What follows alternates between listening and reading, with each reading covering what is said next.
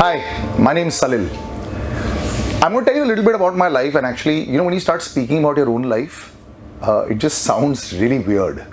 But I put pen to paper for the first time, and I think I want to share this with you, right? So, picture this, my household. My Nana, a lieutenant colonel in the army. My Dada, a lieutenant colonel also in the army, right? My Mama, my mother's brother, the younger one, High Court lawyer, groomed to be judge.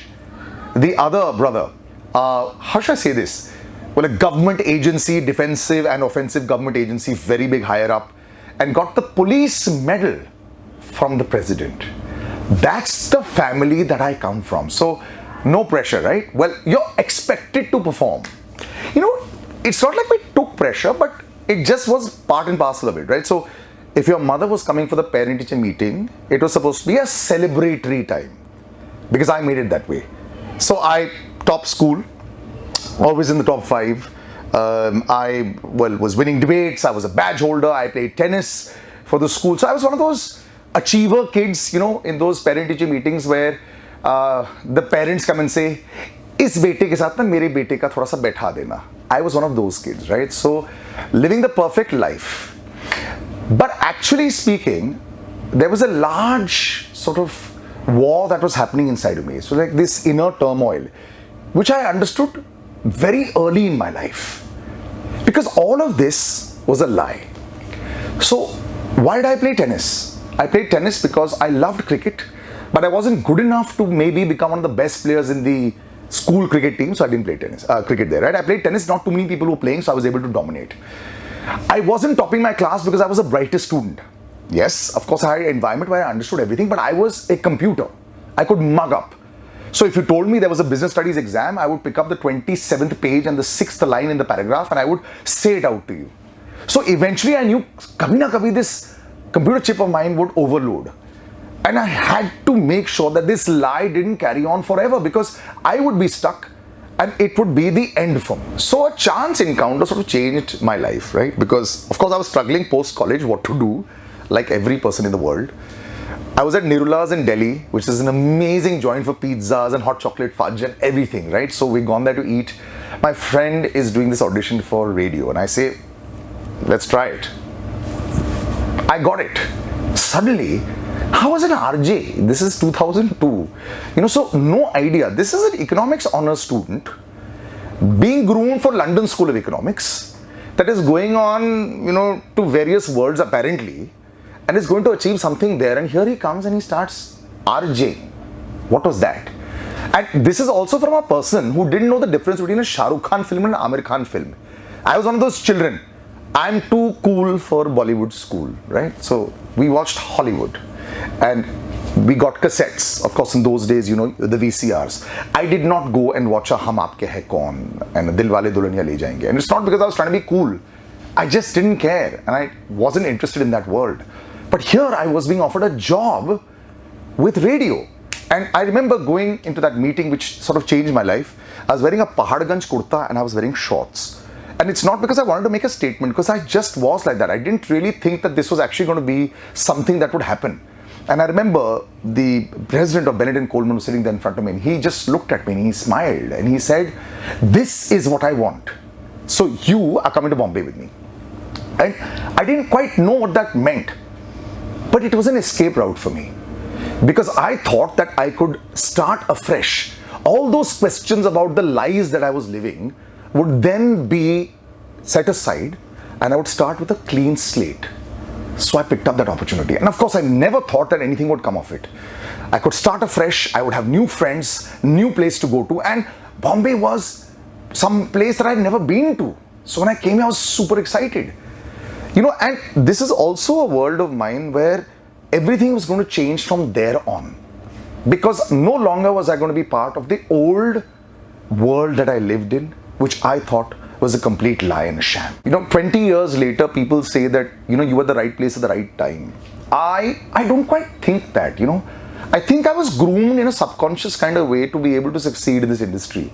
My schooling, my traveling, I used to read books. I was playing chess when I was 6 and 7 years old.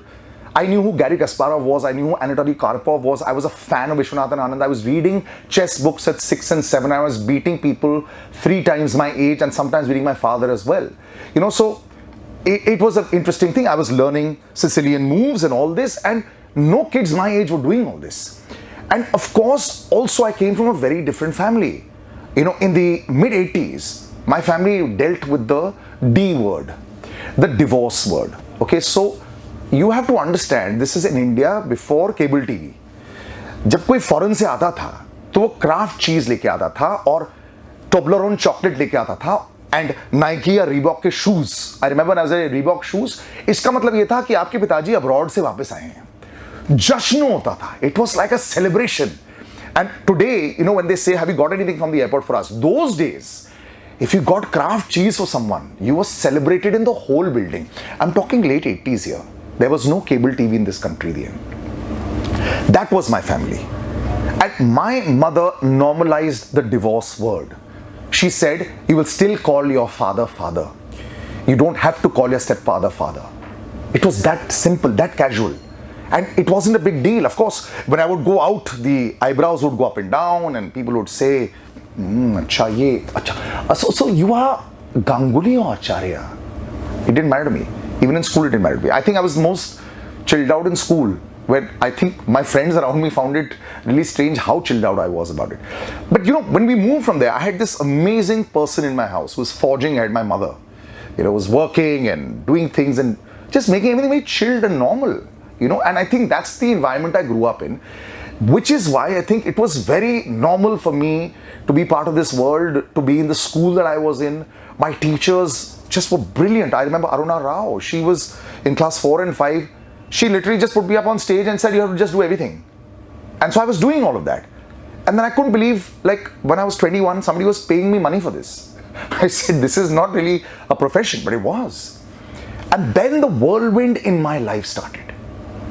RJ 2002, India's Hottest Man 2003. I mean, such was my arrogance at that point of time because I came from a studied economics background. I remember Dipali met me in a loo, if you please, of a 5-star hotel. Yeah, both of us were in the same loo, right? We were just chatting. And she told me, can you just come and become a VJ? I said, what's that? You don't have enough money for me. This is a cocky 23-year-old brat who has no friends in the industry. Just because I felt I deserved a certain amount. And of course, a week later, I was a VJ because they offered me that amount. 6 months later, I was in Ye Meri Life Hai. I didn't understand the meaning of a hoarding. So I'm driving up on the flyover and I see my face looking back at me, and I just it was a surreal moment for me. And I remember looking at myself saying that my hair is too pointed in that. So I knew a lot of rich friends in Delhi. You understood the meaning of money. You did not understand the meaning of fame, because the only famous people you knew in my world was if somebody was someone's son, daughter, politician and all that. I didn't know anybody of my circle that was famous. So it was a very difficult thing to understand what fame was. You can't buy fame.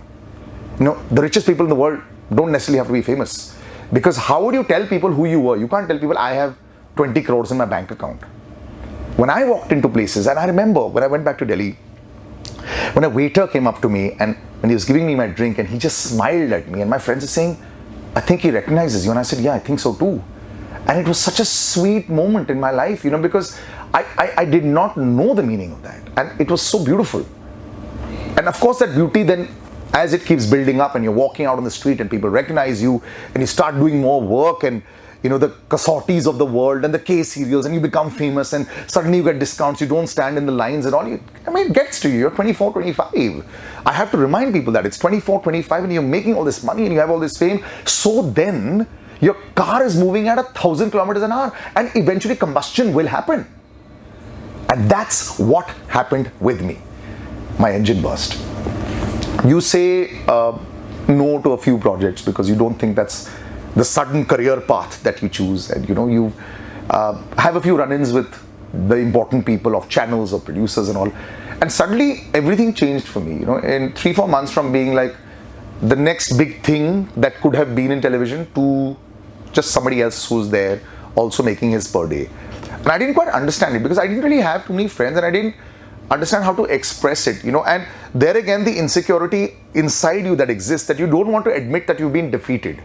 That was a very important vein. So you try and cover that up and you say like, okay, let me try something else.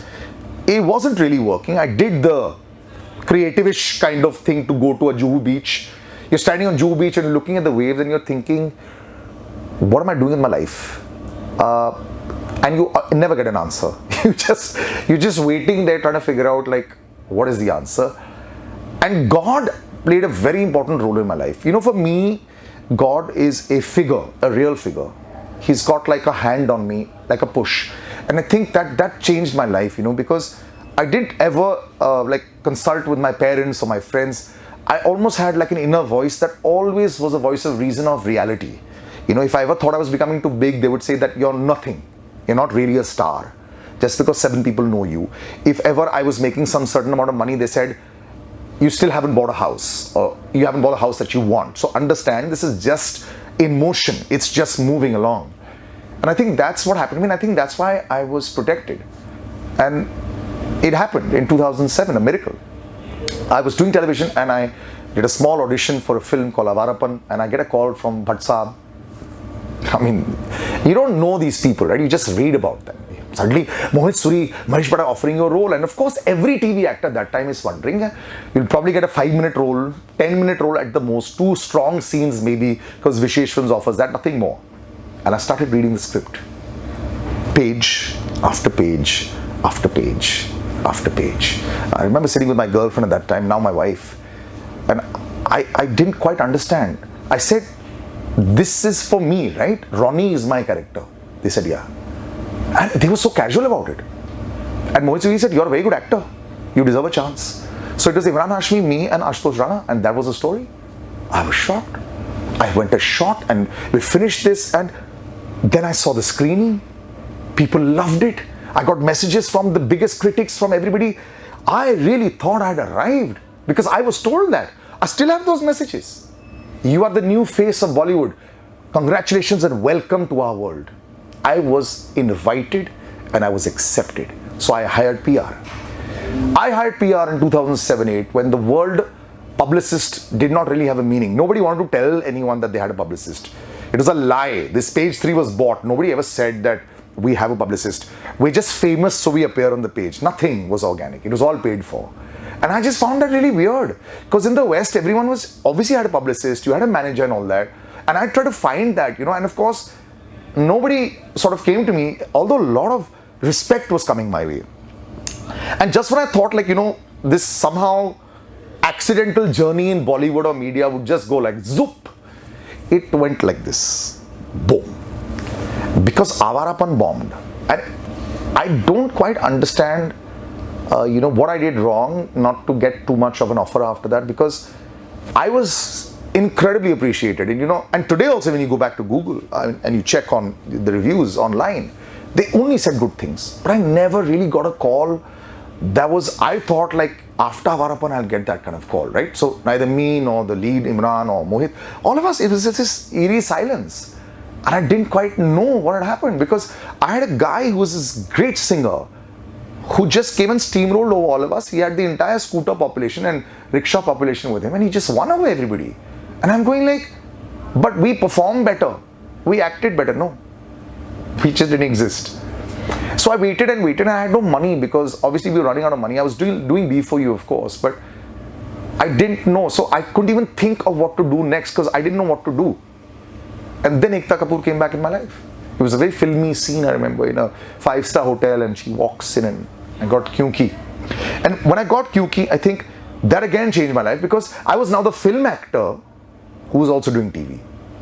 The respect was something else. I don't think I ever cared about becoming this star or this celebrity or anything. For me, it was about respect. I needed to be respected by my colleagues. That for me was like the ultimate token of appreciation. I think that was happening. And so my career started to take off and it was doing really well. And then the financial crisis 2009. Yeah, it takes like world events for my career to get derailed. And I didn't quite know what hit me, because I didn't want to like continue working at a way lesser rate. And I really thought like as the times we live in now, when COVID happened with us, we thought it'd be 6 months. in many years will continue with it. And I think that's what started to happen with the financial crisis. It took many years for it to come back. And I then chose not to chase after my money because it was a very unregulated industry and you didn't quite know what you were doing. And I wanted to move ahead. I didn't want to just go from pillar to post and not live a good life. I had built a reputation. I had built an equity. I wanted to live that. So then I went back to radio of all the places in the world. And I think I enjoyed that fixed money also coming in. And plus I did everything else as well. I didn't just do radio. I was still doing my television. I was still acting. I was still doing shows. And I think it just was supposed to be 6 months or maximum a year. And I thought I'd be back. And well, it's been 12 years now. And in these 12 glorious years that radio has had me, I think numerous awards in radio. 2018 we won 7. I won 7 awards I think in 2018. 3 films I've done. A 2-minute appearance in Ashiki 2, which I was so embarrassed after the screening because I remember running out of the screening and just saying, why would I do this? Why did I do this? And 8 years hence, if I have a beard, people still throw a beer can at me.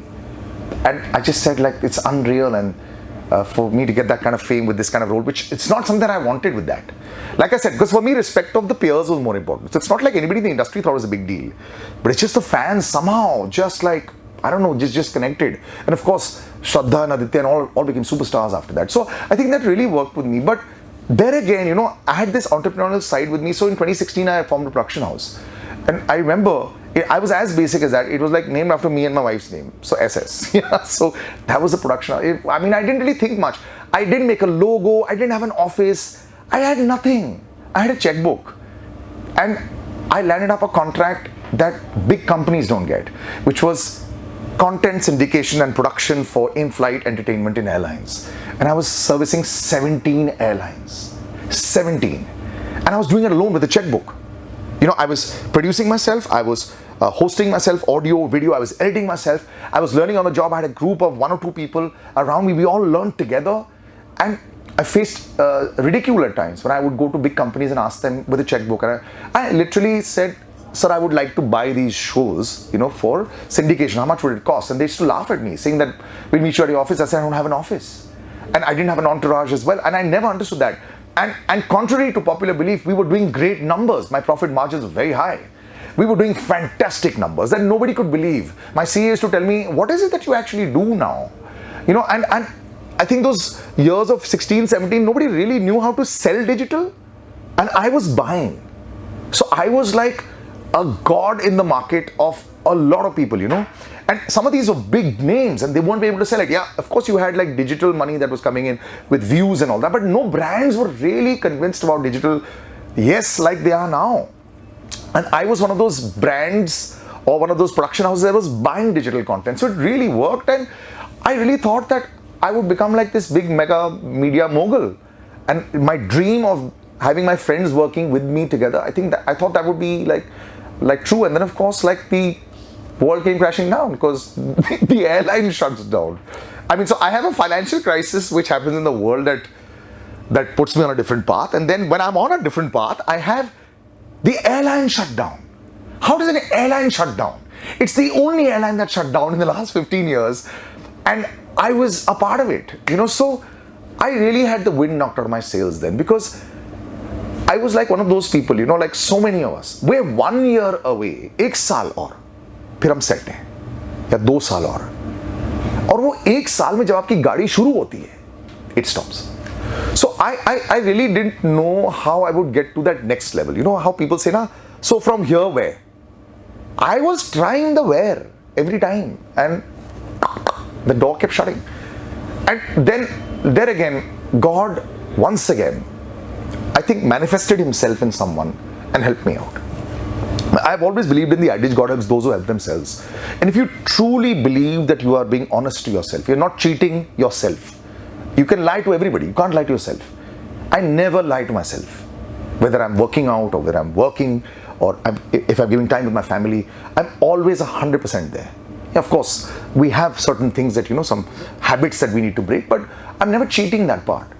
And I think that's why I think I've had the hand of God with me. And a gentleman called Unni, I think, was the manifestation. And I started podcasting. And I signed the podcasting contract 3 months before the pandemic came in. So in the time of the pandemic, when the whole world shut down, I had a new world called podcasting. And I sailed through. It is not possible for me to have got that. I don't think so. It doesn't happen. And I really believe that, there are things that happen where God would give me just enough. So if I was doing well in the stock market, yes, I was a stockbroker as well. So yeah, that's on the side. When I was doing well in the stock market, the production wouldn't do well. If the production was doing well, the stock market wouldn't do well. So he evened it out. वो जो तराजू है ना, वो always ऐसे रहा था. So he understood that part that was required for the balance in my life. And it continued and it did really well. And I'm grateful, for having got that opportunity, because there are so many more deserving people, better people. I mean, eventually, what do I do for a living? I talk for a living. I mean, it's subjective, right? Good or bad. And over a period of time, I think a lot of people thought I should have become a lot bigger than I was or am. And I don't quite know how I could have done anything different to try and do that. Sometimes you have to allow fate and destiny to also decide that for you. I remember when I was 18 years old, I'd been through, in those days, and of course, because of this very independent child, my mother had instilled a sort of independence in me that you've got to figure it out for yourself, because we need to figure out the rest of the things for ourselves. I had a very emotional breakup, because when you're 17, 18, you think you get married and all. So I had a very emotional breakup, and it was, I think, mentally very abusive for me. And I remember meeting a friend of mine, Varun Narayan. He was a brilliant puppeteer. He told me, Salil, be selfish. Self-love, very important. You smile, and if everybody does that, you only have smiling faces around. And I think that self-preservation had happened to me, had been instilled in me, I think, from the time my family went through turmoil. And I think that Suraksha Kavach was there. But being nice to myself, I think I learned over a period of time. And I think from then on, I never looked back. And that's what I say to people also. There are times when you're going to think that whatever you're doing is not working, right? It happened to me. But just think about it, the airline shutdown. I should have been devastated, but I had 500 episodes of audio and video with me. I mean, look at that journey. So suddenly, either I say that the airline shut down, or I use that and try to see. Of course, reselling it's not a joke, it's very difficult. But I wasn't left with nothing. 2009, financial crisis come and radio comes into my life. Because my next journey of audio is there. The pandemic is on. And by the time the pandemic hasn't got over also, I've got the YouTube channel that is running, I've got all this running. There has to be an opportunity everywhere. You've got to look for it.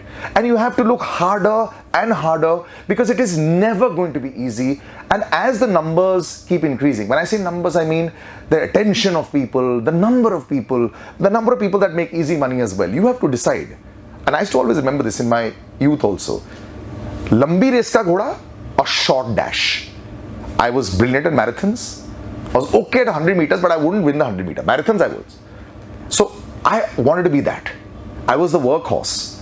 And hopefully, somewhere along the line, this 9 of all trades will someday become a queen, if not king. That's the thought that you take.